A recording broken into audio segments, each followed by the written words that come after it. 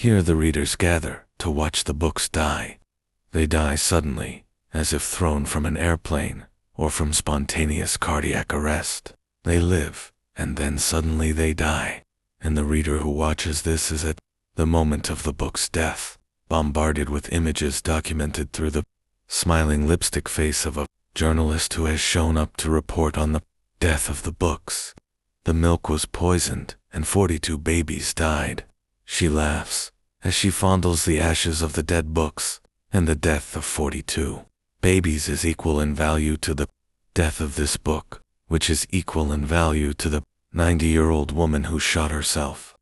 while the sheriff waited at her door with an eviction notice, which is equal in value to the collapsing of the global economy, which is equal to the military in country XYZ seizing the land of the semi-nomadic hunters and cultivators of crops who have lived in the local rain forest for thousands of years.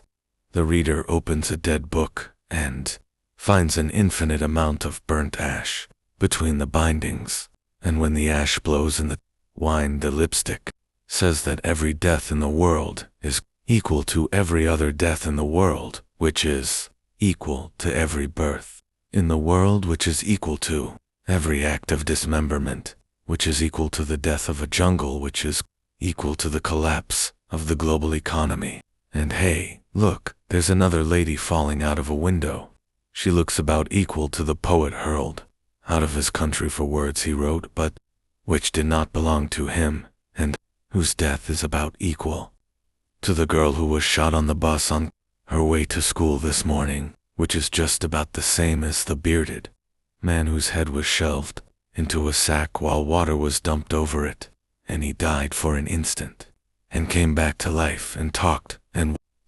that's about equal to the steroid illegally injected into the arm of a beautiful man who makes $40 million a year for injecting his arms with steroids, so he can more skillfully wave a wooden stick at a ball. And in the ash we see the truest democracy there ever was.